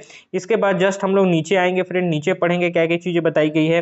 देख सकते हैं सीट आवंटन के पश्चात यदि अभ्यर्थी निर्धारित समय पर आवश्यक दस्तावेज सत्यापन करने हेतु उपस्थित नहीं होता है तो उस दशा में अभ्यर्थी को आवंटित सीट निरस्त कर दी जाएगी। तो वही केस है कि यदि आप यहाँ पर डॉक्यूमेंट वेरिफिकेशन के लिए आप नहीं जाते हैं, यदि आपको सीट यदि अलॉट हुआ है और डॉक्यूमेंट वेरिफिकेशन के लिए आप नहीं जाएंगे तो आपका जो सीट है उसको निरस्त कर दिया जाएगा, ठीक है। उसके बाद नेक्स्ट पॉइंट है जो सीट निरस्त हो जाने के पश्चात यदि अभ्यर्थी काउंसलिंग की आगामी चरण में भाग लेना चाहता है तो उसे आगामी काउंसलिंग के लिए निर्धारित समय के मध्य आगामी काउंसलिंग से पूर्व ऑनलाइन अप्लाई करना होगा, जिसके लिए अभ्यर्थी को अपने यूजर आईडी और पासवर्ड से लॉगिन करना होगा, ठीक है। तो वो प्रोसीजर मैंने पहले भी बताया था कि यदि वो बाहर हो जाता है निरस्त होने के बाद तो उसे पुनः फिर से उसे लॉगिन करना पड़ेगा यूजर आईडी और पासवर्ड के साथ। उसके बाद वहां पर एक ऑप्शन देखने को मिलेगा आपको, apply for sport round counselling के लिंक को क्लिक करके सबमिट बटन पे क्लिक करना होगा। तो आप पहले अपना आईडी पासवर्ड डालेंगे, वहां पर एक लिंक मिलेगा स्पोर्ट राउंड का, उसके ऊपर क्लिक करके यहाँ पर सबमिट बटन पे क्लिक करेंगे तो अप्लाई हो जाएगा। जिनका कि निरस्त हो चुका है, चाहे किसी भी कारण से निरस्त हो, यदि वो फिजिकल डॉक्यूमेंट के लिए यदि नहीं आए हैं तब भी, ठीक है, डॉक्यूमेंट वेरिफिकेशन करने के लिए यदि नहीं आ पाए किसी कारण से तब भी निरस्त होगा। और यदि आ गए हैं और उसमें यदि कोई बिंदु ए या बिंदु बी का जो डॉक्यूमेंट है यदि कुछ गलत पाया गया तब भी उनका जो है कि यहाँ पर काउंसलिंग को निरस्त किया जाएगा, ठीक है। इस चीज को याद रखिएगा। तो नेक्स्ट राउंड में वो जा सकते हैं, नेक्स्ट चरण में, ठीक। अब यहाँ पर बात आया है फ्रेंड, देख सकते हैं 7वें पॉइंट की फीस पेमेंट और फ्रीज और फ्लोट ऑप्शन का, ठीक। तो यहाँ पर याद रखिएगा जिन लोगों को डॉक्यूमेंट वेरिफिकेशन लेटर मिल चुका है, जिनका कि ए और बी दोनों सेक्शन का जो डॉक्यूमेंट वाला जो वेरिफिकेशन है वो प्रूव हो चुका है, मतलब कि क्लियर हो चुका है, तो फ्रेंड वो क्या करेंगे यहाँ पर जो है कि उनके लिए नेक्स्ट राउंड क्या होने वाला है वो देखिएगा यहाँ पर, फीस पेमेंट और फ्रीज एवं फ्लोट ऑप्शन। तो इसको पढ़िएगा। ऐसे अभ्यर्थी जिन्हें सीट एवं महाविद्यालय आवंटित हुआ है और जिन्हें सीट कंफर्मेशन कर दस्तावेज का सत्यापन करवा लिया है, तो आपने यदि जो है कि कंफर्म करके अपना जो आवश्यक दस्तावेज है उसको सत्यापन करवा लिया है और आपको डॉक्यूमेंट वेरिफिकेशन लेटर भी मिल चुका है, उन्हें लॉगिन करने के बाद फर्स्ट राउंड काउंसलिंग लिंक को क्लिक करना पड़ेगा। तो अब क्या करना पड़ेगा, अब आपको अपना पोर्टल ओपन करना पड़ेगा। आपको डॉक्यूमेंट वेरिफिकेशन लेटर मिल चुका है, अब आपको लॉगिन करना पड़ेगा। वहां पर आपको एक चीज मिलेगी, फर्स्ट राउंड काउंसलिंग का एक लिंक मिलेगा, उसके ऊपर आप क्लिक कर लीजिएगा। देख सकते हैं, यहाँ बताया जा रहा है क्लिक करने पर, यहाँ पर बताया जा रहा है क्लिक करने पर admission fees payment and freeze and float apply का एक लिंक मिलेगा आपको। ये वाला लिंक आपको देखने को मिलेगा जब आपका डॉक्यूमेंट वेरिफिकेशन हो जाएगा, जब आपके ए और बी सभी क्लियर हो जाएंगे, बिंदु जितने भी हैं वो क्लियर हो जाएंगे, वो डॉक्यूमेंट आपके सही हैं, तब ये लिंक आपको देखने को मिलेगा। देख सकते हैं admission fees payment and freeze and float apply का लिंक दिखाई देगा। लिंक पर क्लिक करते ही अभ्यर्थी को फ्रीज एंड फ्लोट ऑप्शन दिखाई देने लग जाएगा। जैसे इस लिंक के ऊपर क्लिक करेंगे, फ्रीज एंड फ्लोट ऑप्शन को आपको देखने को मिल जाएगा। तो ये फ्रीज और फ्लोट अभी अच्छे से समझिएगा फ्रेंड, क्यों किया जाता है उसको भी आप समझिएगा। देखिए, फ्रीज एंड फ्लोट ऑप्शन का चयन करना, अभ्यर्थी को फ्रीज एवं फ्लोट दो ऑप्शन दिखाई देंगे। ऐसे अभ्यर्थी जिनकी प्राथमिकता का प्रथम महाविद्यालय आवंटित हुआ है, उन्हें केवल फ्रीज ऑप्शन दिखाई देगा। फ्लोट ऑप्शन केवल उन्हीं अभ्यर्थी को उपलब्ध होगा जिनको उनकी प्रथम चॉइस प्राप्त नहीं हुई है। तो याद रखिएगा, जिनको यहाँ पर जिन्होंने अपना कॉलेज जो सिलेक्शन था वो किया था फर्स्ट नंबर पे, सेकंड नंबर पे, थर्ड नंबर पे, तो यदि जिनका जो है यहाँ पर फर्स्ट नंबर वाला कॉलेज जिनको मिल गया है अपनी चॉइस के हिसाब से, तो उनके में सिर्फ केवल फ्रिज का ऑप्शन दिखाई देगा, क्योंकि उनके चॉइस का कॉलेज मिल चुका है। ठीक है, जैसा उन्होंने क्रम डाला था उस हिसाब से उनको कॉलेज मिल चुका है, तो उनके में तो यहाँ पर जो फ्लोट का ऑप्शन आना ही नहीं है, क्योंकि उनको फ्रिज का ऑप्शन आएगा। मतलब कि आपको तो अपने पसंद का कॉलेज मिल गया है, तो अब आपने जो चॉइस किया था वो आपके कॉलेज का पसंद मिल गया आपको, तो यहाँ पर आपको फ्रिज का ऑप्शन देखने को मिलेगा बस। ठीक है, और यहाँ पर जिनको अपने वरीयता या फिर अपनी प्राथमिकता के हिसाब से कॉलेज नहीं मिला है, और यदि वो चाहते हैं कि आपको उनके जो प्राथमिकता है उसके हिसाब से कॉलेज मिले, तो उनके में जो है फ्लोट ऑप्शन देखने को मिलेगा फ्रेंड, याद रखिएगा। ठीक है, क्योंकि आपके में तो आपने जैसा चाहा था वैसा मिल गया, तो आपको तो चेंज करना नहीं है, तो आपके में फ्लोट ऑप्शन आएगा नहीं। और इनके में इनके हिसाब का कॉलेज नहीं मिला है, तो भैया इनको तो दूसरे राउंड में यदि चाहिए तो इनको फ्लोट का तो ऑप्शन मिलेगा ही। ठीक है, तो इस चीज को याद रखिएगा।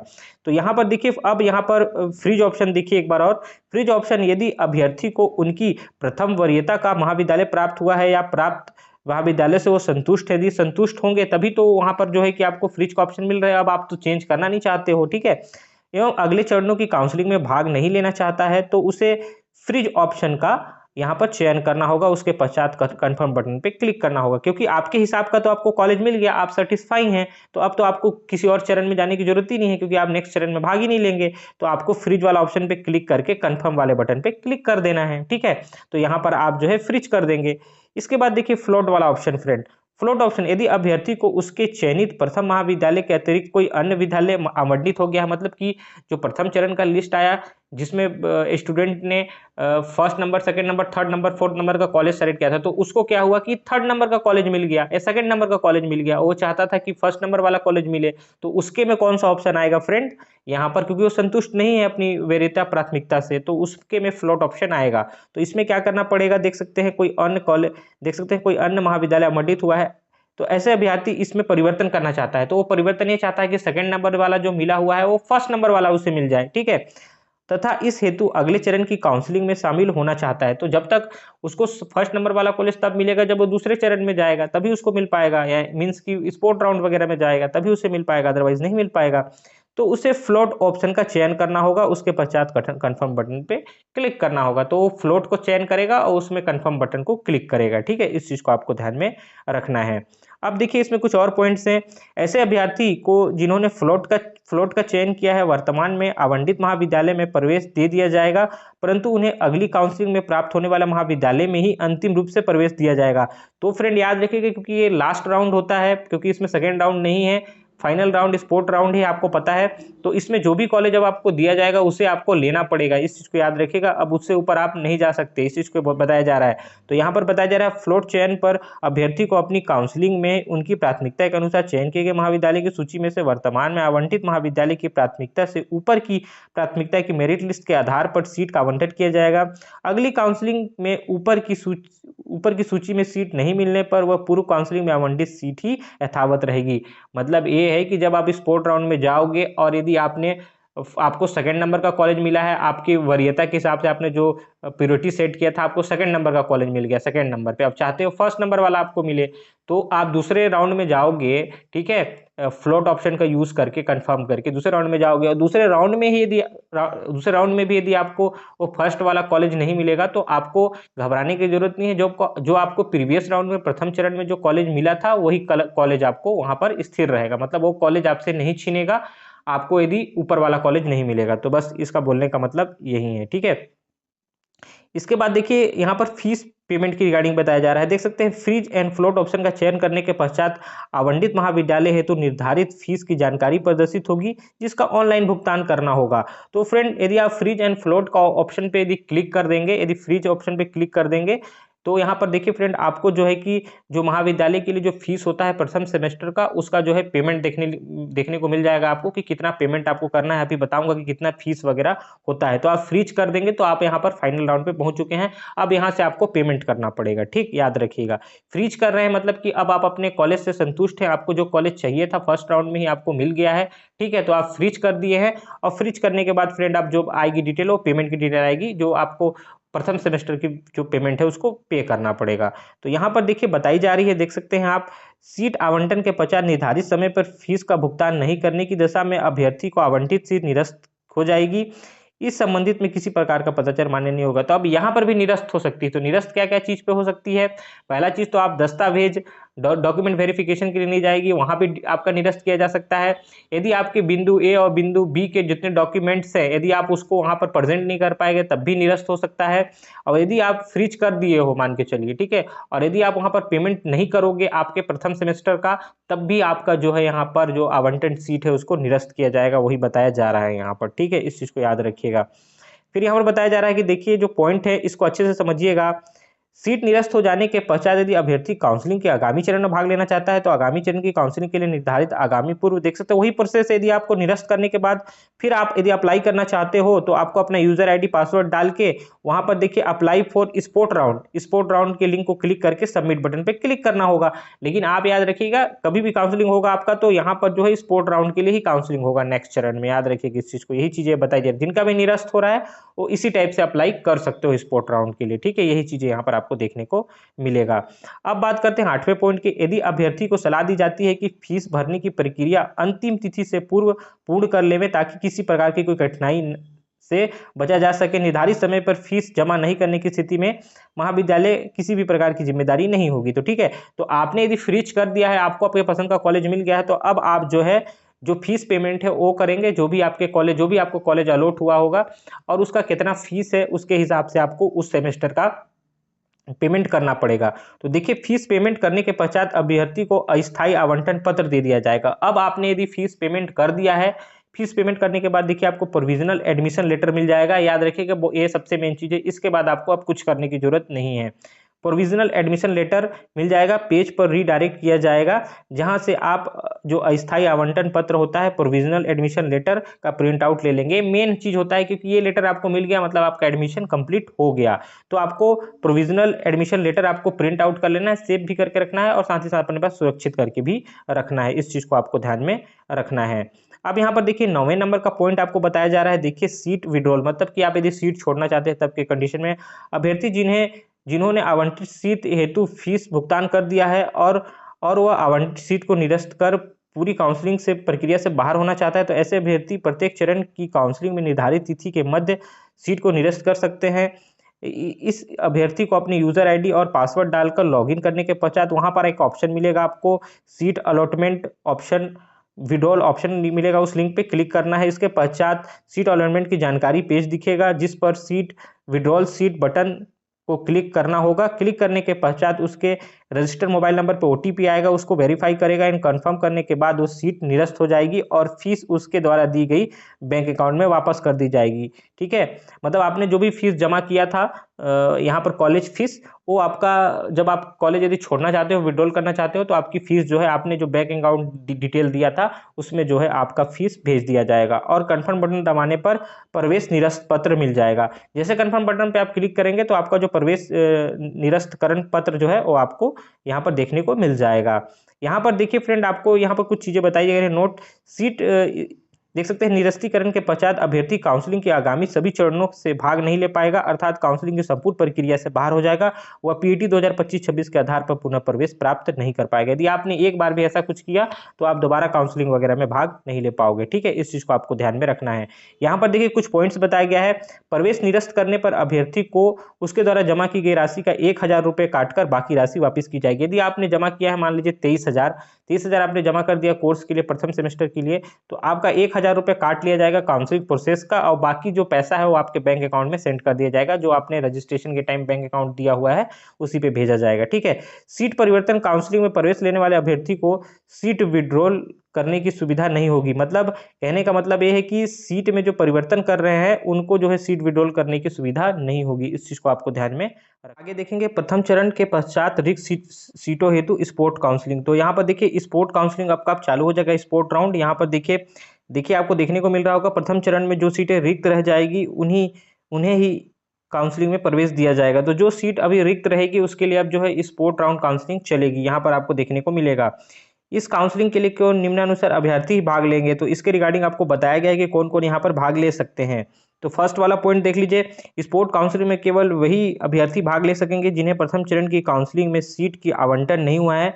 जिनको सीट नहीं मिला था प्रथम चरण में वो लोग भाग लेंगे। ऐसे अभ्यर्थी को स्पोर्ट काउंसलिंग में भाग लेने के लिए पुनः निर्धारित तिथि के मध्य ऑनलाइन पंजीयन करना होगा। इस हेतु अभ्यर्थी को लॉगिन अपना आईडी पासवर्ड डाल के लॉगिन करना पड़ेगा, और वहाँ पर ऑप्शन दिखेगा apply for sport round counselling का लिंक। ठीक है, उस लिंक दिखाई देगा, उसके ऊपर क्लिक करना है, और क्लिक करने के बाद देखिए क्लिक करने के बाद सबमिट बटन के ऊपर प्रेस करना होगा। तो आप प्रेस करोगे तो वहाँ पर अप्लाई हो जाएगा।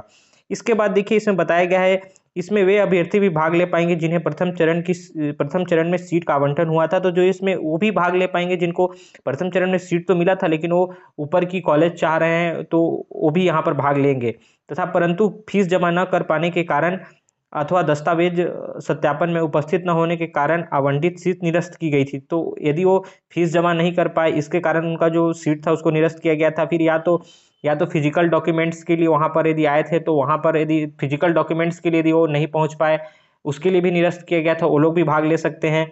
या तो फिर डॉक्यूमेंट वेरिफिकेशन तो करवाए लेकिन उसमें ए और बी का जितना भी डॉक्यूमेंट्स था वो उसमें से कुछ प्रॉब्लम हो गया, कोई डॉक्यूमेंट मैच नहीं किया, तो वो लोग भी यहाँ पर जो है आवेदन कर सकते हैं। इसमें बताया गया है देख सकते हैं एवं उन्हें आगामी चरणों में भाग लेने हेतु ऑप्शन चयन किया है या प्रथम चरण में काउंसलिंग में जिन्होंने फीस भुगतान के पश्चात फ्लोट ऑप्शन का चयन किया गया है।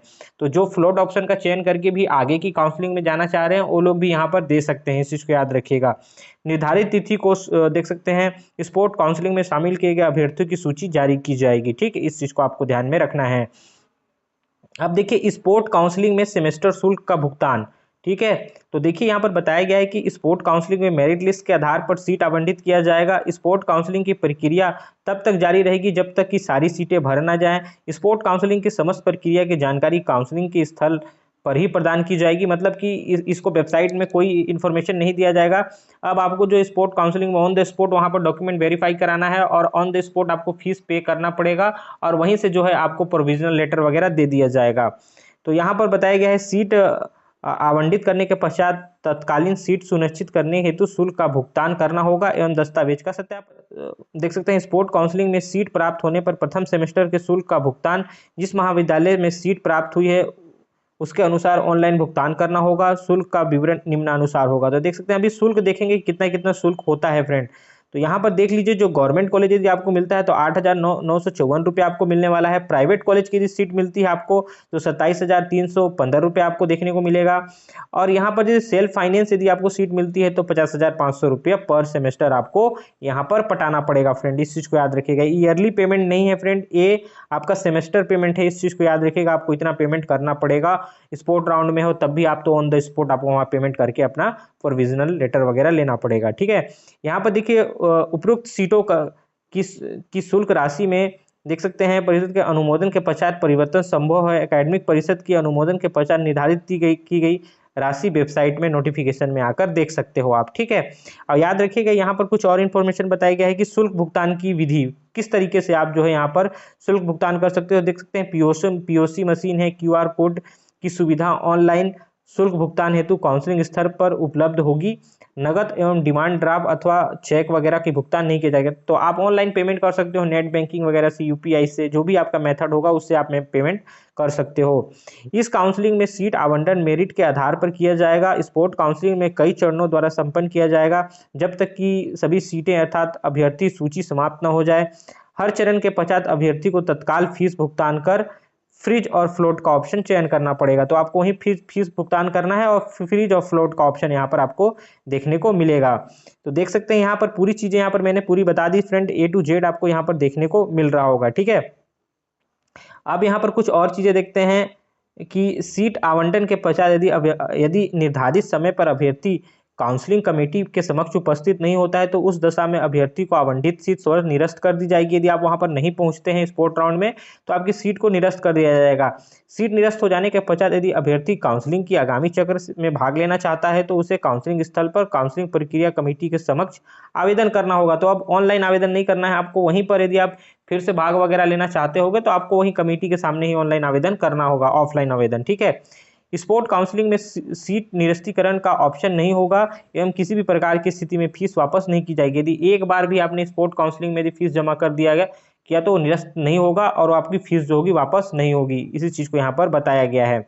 ऐसे अभ्यर्थी जिन्होंने प्रथम एवं स्पोर्ट काउंसलिंग की यहाँ पर देख सकते हैं कि चरण में किसी भी फ्लोट विकल्प का चयन किया था तो वर्तमान चरण में किसी कारणवश वह फ्रीज या फ्लोट का विकल्प चयन नहीं कर सकेंगे। उसके लिए आगामी चरण में फ्लोट विकल्प ही मान्य माना जाएगा। इस चीज़ को आपको ध्यान में रखना है। ठीक है, इसके बाद अब जो है यहाँ पर देखिए उनके लिए है फ्रेंड जो श्रेणी और वर्ग कन्वर्जन काउंसलिंग, जो कि अपने डॉक्यूमेंट वेरिफिकेशन के टाइम कुछ डॉक्यूमेंट उनके गलत थे, गलत फिल कर दिए थे, तो उनका जो है यहाँ पर आपको देखने को मिल रहा होगा श्रेणी वर्ग कन्वर्जन काउंसलिंग। ठीक, तो यहाँ पर देखते हैं इस काउंसलिंग में केवल वही अभ्यर्थी भाग ले सकेंगे जिन्होंने स्पोर्ट काउंसलिंग में सीट सुरक्षित करने के पश्चात फ्लोट ऑप्शन का चयन किया था, या ऐसे अभ्यर्थी जिन्होंने स्पोर्ट काउंसलिंग में पंजीयन कराया था और उसे स्पोर्ट काउंसलिंग में सीट नहीं मिली थी। ठीक है, तो अब जो है जिसको स्पोर्ट काउंसलिंग में भी सीट नहीं मिला था वो कन्वर्जन काउंसलिंग में उनको सीट मिलेगी। इच्छुक अभ्यर्थी को अपने समस्त दस्तावेजों के साथ कृषि महाविद्यालय रायपुर में उपस्थित होना होगा। श्रेणी एवं कन्वर्जन राउंड काउंसलिंग की सीटों का आवंटन निम्नानुसार किया जाएगा। कन्वर्जन एंड काउंसलिंग में कई चरण तक जारी रहेगी जब तक कि सीटें भर ना जाए या अभ्यर्थी की सूची जो होगी समाप्त न हो जाए। ठीक है, सीट आवंटित करने के पश्चात तत्काल अभ्यर्थी को सीट सुनिश्चित करने हेतु शुल्क का भुगतान करना होगा। जैसे यदि आपको सीट मिलती है तो आप तुरंत यहाँ पर जो है फर्स्ट सेमेस्टर का फीस पेमेंट करना होगा एवं समस्त दस्तावेज का सत्यापन करना होगा। इस काउंसलिंग में फ्रीज और फ्लोट का चयन फीस भुगतान के समय ही करना होगा। तो फीस जैसे ही आप भुगतान करेंगे उसी समय फ्रीज या फ्लोट का चयन आपको करना पड़ेगा। इस चीज़ को आपको ध्यान में रखना है।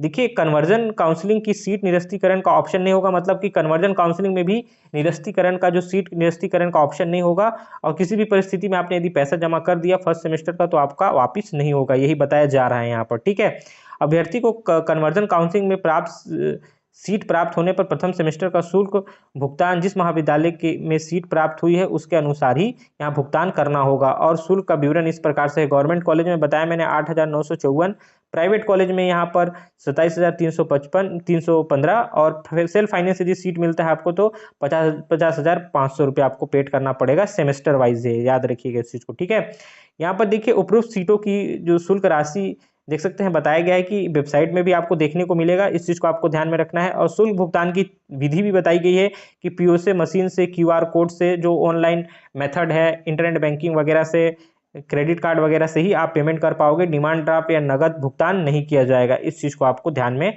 रखना पड़ेगा। ठीक है, इसके बाद देखिए फ्रेंड इन्फॉर्मेशन चीज़ बताई जा रही है, क्योंकि अब जितने भी यूनिवर्सिटी काउंसलिंग होते हैं उसमें जो है कि ABC ID मांगा ही जाता है। तो देख सकते हैं बताया गया है समस्त प्रवेशित अभ्यर्थियों को स्नातक पाठ्यक्रम में प्रवेश हेतु ABC ID खोलना आवश्यक है। जिन अभ्यर्थियों को ABC ID नहीं बना है ऐसे अभ्यर्थी यूजर ID मैनुअल द्वारा ABC ID बनाने की प्रक्रिया को समझ लें और प्रवेश के दौरान दस्तावेज सत्यापन से पूर्व ABC ID बना ले, क्योंकि आजकल यूनिवर्सिटी में स्टडी में करने के लिए आपको ABCD ID आपके पास होना चाहिए। तो ABC ID कैसे बनाते हैं हम ऑलरेडी वीडियो बना चुके हैं, तो आप हमारे चैनल पर जाइए और हमारे चैनल के अंदर इस वीडियो को देख सकते हो किस तरीके से बनाया जाता है।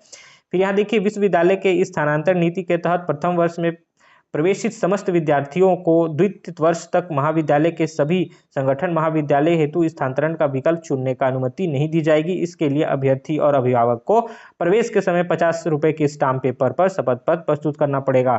तो ये बताया जा रहा है कि फ्रेंड, जब आप प्रथम वर्ष में यहाँ पर जब एडमिशन ले लेंगे तो द्वितीय वर्ष के लिए आप जो है अपना स्थानांतरण नहीं करवा सकते किसी दूसरे महाविद्यालय में। मतलब जैसे आप अंबिकापुर के रहने वाले हो, 25 लोग जैसे अंबिकापुर के रहने वाले हैं, यदि 25 का बिलासपुर के कृषि विश्वविद्यालय के अंदर यदि एडमिशन होता है और यदि वो दूसरे साल में यदि चाहे वो सोचते होंगे कि हम अंबिकापुर के कृषि विश्वविद्यालय में अपना जो है स्थानांतरण करवा लें, तो ये नहीं होगा, क्योंकि वहाँ पर सीट कम हो जाएगी और यहाँ पर स्टूडेंट ज़्यादा बढ़ जाएंगे, इसीलिए ऐसा किया जाता है। तो आपको जो है 50 रुपये के स्टाम्प पेपर में लिख के देना पड़ेगा कि ऐसी चीज़ें आप नहीं करेंगे, ठीक है, तभी आपको वहाँ पर एडमिशन मिलेगा। ठीक, अभिभावक के द्वारा भी स्टाम्प लिया जाएगा। ठीक, तो यही चीज़ें बताई जा रही है। इसके बाद देखिए यहाँ पर बताया गया है, रैंकिंग के हिसाब से बताया गया, एंटी रैंकिंग के लिए महाविद्यालय अनुदान आयोग यूजीसी की गाइडलाइन के अनुसार प्रत्येक अभ्यर्थी एवं अभिभावक के द्वारा ऑनलाइन ऑफलाइन दोनों माध्यम से फॉर्म भरना आवश्यक है। साथ ही साथ ऑफलाइन माध्यम से 50 रुपये का स्टाम्प पेपर पर शपथ पत्र संबंधित महाविद्यालय में जमा करना अनिवार्य होगा। तो यूजीसी के गाइडलाइन को फॉलो करते हुए रैंकिंग के हिसाब से आपको ऑनलाइन ऑफलाइन दोनों फॉर्म आपको फिल करना पड़ेगा कि रैंकिंग के रिगार्डिंग आप कुछ ऐसी एक्टिविटी नहीं करेंगे, और ऑफलाइन भी आपको जो है 50 रुपये का स्टाम्प पेपर पे आपको साइन करके देना पड़ेगा। और किसी भी प्रकार की एक्टिविटी आप करेंगे तो आपकी जो है सीट निरस्त कर दी जाएगी और आपको कॉलेज से बाहर कर दिया जाएगा। ठीक है, यही इसी के लिए सब चीज़ें किया जाता है। यहाँ पर देखिए आपको बताया जा रहा है कि विद्यालय में प्रवेशित समस्त अभ्यर्थी को इंदिरा गांधी कृषि विश्वविद्यालय रायपुर के द्वारा सोशल मीडिया पॉलिसी का भी पालन करना होगा। इस संबंध में 50 रुपये का स्टाम्प पेपर पे भी आपको शपथ पत्र जमा करना होगा। ये चीज़ें भी आपको करनी पड़ेगी। ठीक है, यही चीज़ें यहाँ पर बताई जा रही है। इसके बाद देखिए लास्ट में प्रवेश निरस्तीकरण के लिए बताया जा रहा है कि फ्रेंड, यदि आपने कोई भी दस्तावेज यदि आप गलत दे रहे हैं वहाँ पर, और किसी भी समय आपका यदि दस्तावेज में कुछ गड़बड़ पाया गया, तो आपकी सीट को वहीं पर निरस्त कर दिया जाएगा और आपको कॉलेज से यहाँ पर बाहर कर दिया जाएगा। इसी चीज़ का यहाँ पर जिक्र किया गया है। तो फ्रेंड, यहाँ पर मैंने टोटल चीज़ें आपको बता दी कि किस तरीके से जो है आप यहाँ पर जो है कि पीएटी के काउंसलिंग के लिए जितने भी दिशा निर्देश हैं ऑनलाइन के रिगार्डिंग या फिर फॉर्म भरने के रिगार्डिंग या शेड्यूल के रिगार्डिंग, सब कुछ मैंने बता दिया। यदि आपको यदि वीडियो अच्छा लगा होगा तो हमारे चैनल को जरूर सब्सक्राइब करिएगा और बेल आइकन को जरूर प्रेस करिए। धन्यवाद।